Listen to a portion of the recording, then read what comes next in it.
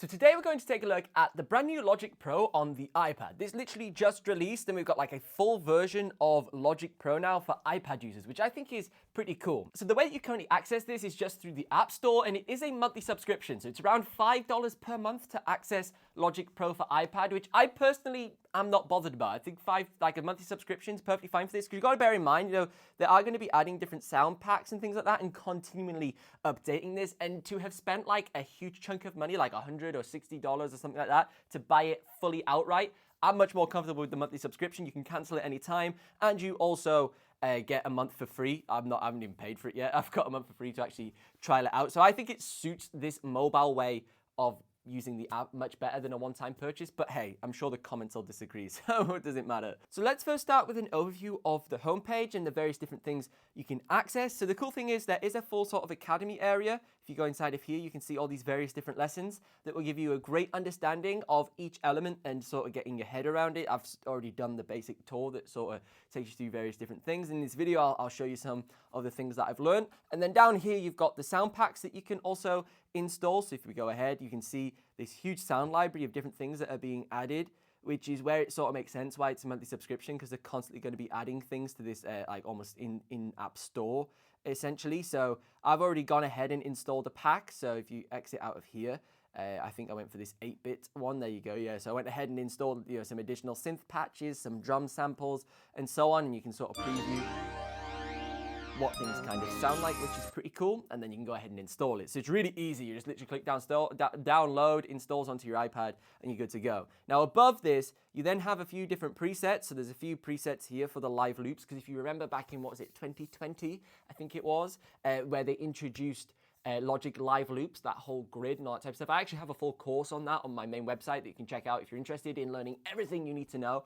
about Logic Live Loops and how you can use that in combination with your main iMac or your main laptop with Logic Pro X plus the companion remote apps. There's loads of cool stuff on there. I'll leave a link in the description down below. A lot of people found that course incredibly beneficial when this feature first came out. Now above this, you then have the option to create an empty project. So you've got your tracks, and then obviously a live loops grid, as we were just saying, if you want to do like a live loop style performance, that Ableton Live style thing. So if we go into a tracks, this will literally take you straight into what looks almost identical to Logic Pro X on your main computer. So we're presented with the option to obviously insert some tracks, and whether that be an audio track or as I've just selected there, a drummer track. So we've got our little drumming track here. We can play this, just standard stuff.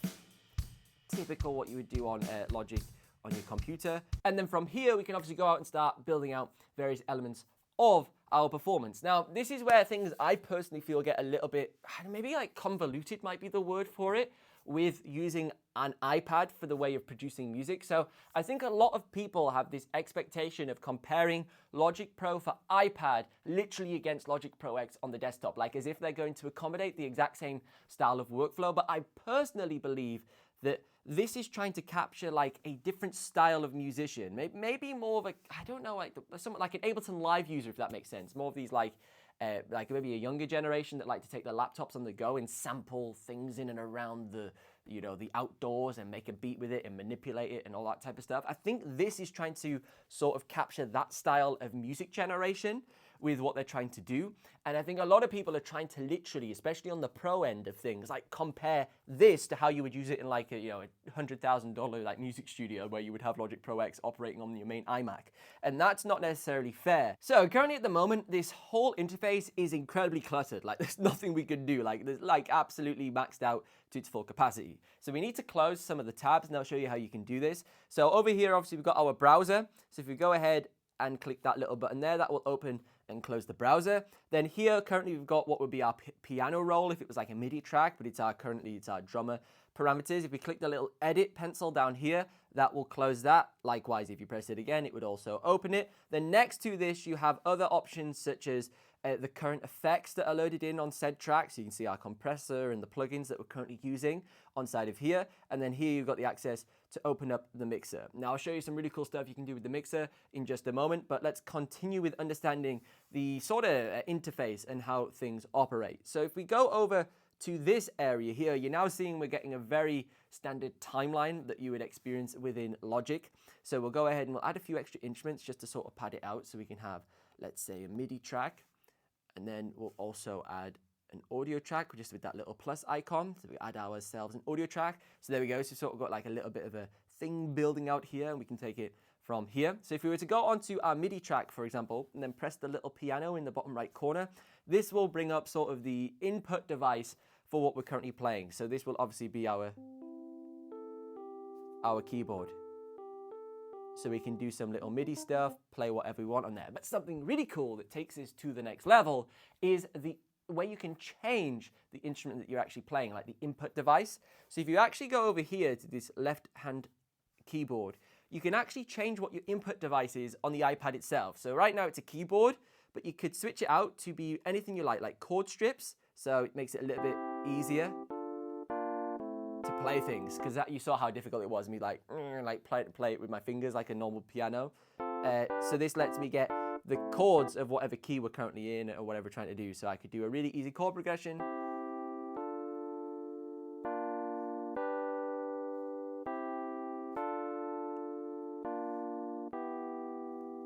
Really easily, really cool stuff. And then there's other stuff we can do inside of here, which is turn it into a guitar.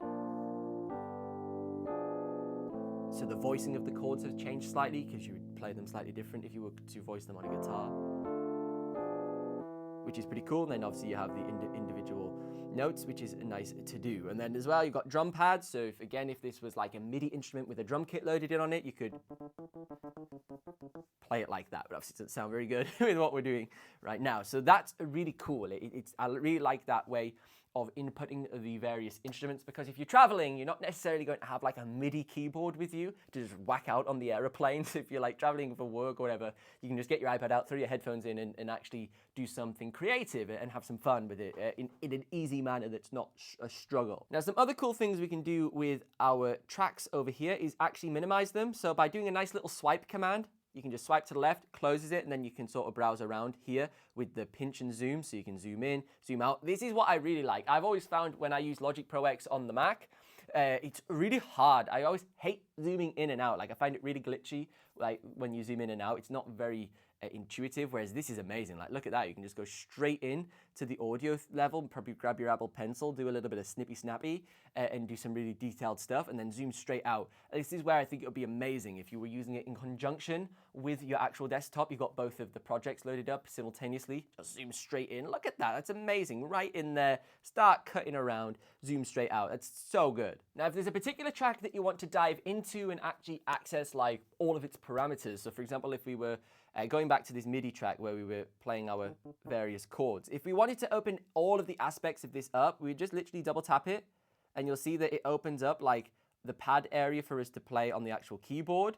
And then as well, it opens up all of the corresponding plugins and things like that, and inputs and outputs, so we can access those really easily and make our changes. Now, same as well, just like a typical Logic layout, you've got your transport controls up at the top here, where you can adjust areas of the project that you're currently working within. You got your play, stop, record, and all those types of things. And then as well, the most important thing that you'll want to know about is the mixer. So inside of the mixer, this is where it gets awesome. You have the ability to just literally, as if you have like one of those like really expensive mixers that links up with Logic and like sort of syncs up really well. You can just do it with your iPad now. Just literally dive in there.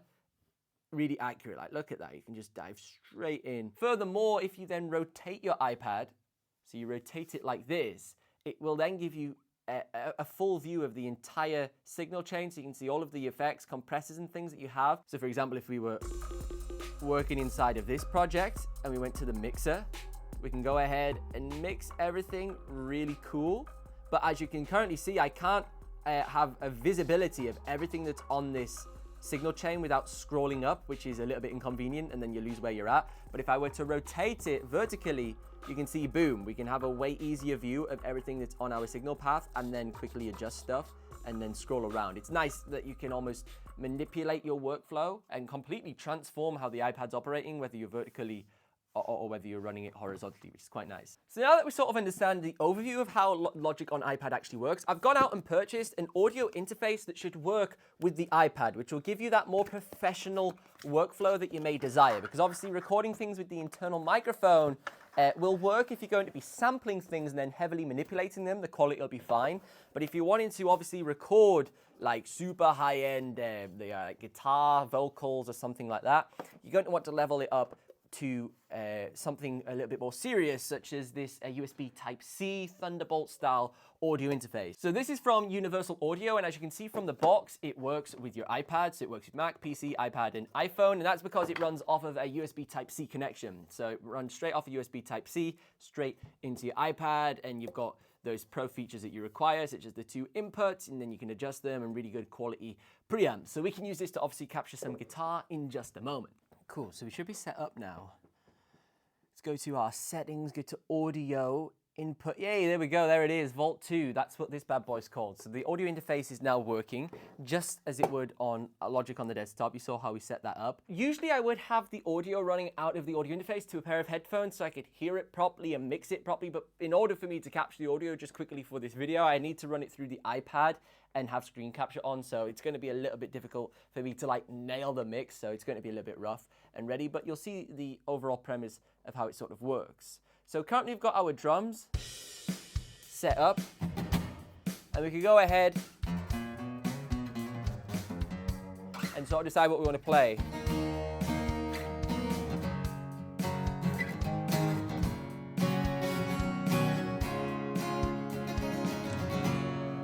So we'll get a bit of an idea going, and we'll just loop a section. So we'll go ahead and click the little loop button here, and then we can draw out the section that we want to loop really easily. See how easy that is? Just look at that, just draw it out.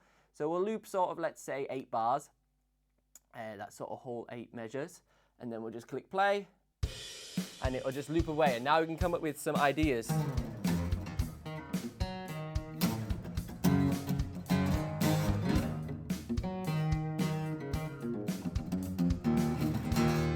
Cool, so what we'll do is we'll now go ahead and actually record our guitar track. So we'll make sure that it's record armed just by clicking that record button and it's flashing. We've got the sequence currently looping. We'll just go ahead and click record. We've got our metronome counting, that 1, 2, 3, 4. We could put the metronome on, but to sort of avoid it bleeding through into the guitar, because we've got the speakers right here, I'll just turn that off and we'll go ahead and click record. 2, 3, 4.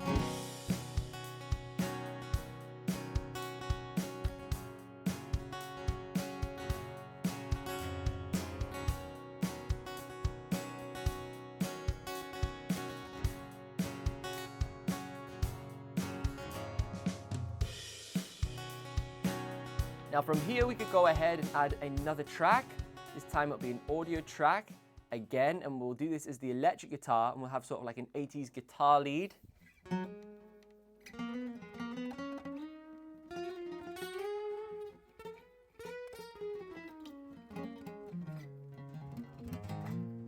obviously for the electric guitar, we want to change the record track, and obviously you also want to add an amplifier onto this. So we'll add an amp. Go to Amp Designer.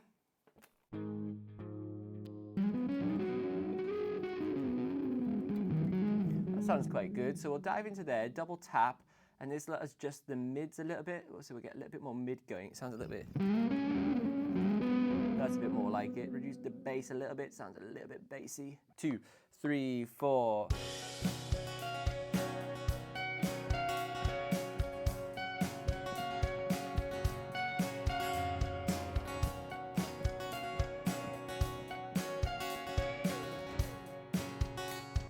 But probably my favorite feature is actually diving into the EQ. So if you jump into your EQ, you can see here how we have this really easy way to edit them, like really easy. Look at that, like, so we can have the track playing and we can really fine tune it in a really like almost visual way that's fun. A lot of the time when you use the music production software with your like laptops and things, it takes a bit of the fun out of making the music, at least it does for me. But things like this just makes it super easy, and definitely combining the iPad with the iMac is definitely going to be a new workflow for myself in particular. Don't forget to check out the link in the video description down below if you want to learn more about Logic Live Loops and everything that can do for your workflow in combination with your iMac. It really is a fantastic course that I put together and helps you understand this additional side of Logic that not many people really utilize, and all that type of stuff you can do within that workflow. But for now, if you enjoyed this video, give it a thumbs up, consider subscribing, and I'll see you in the next one.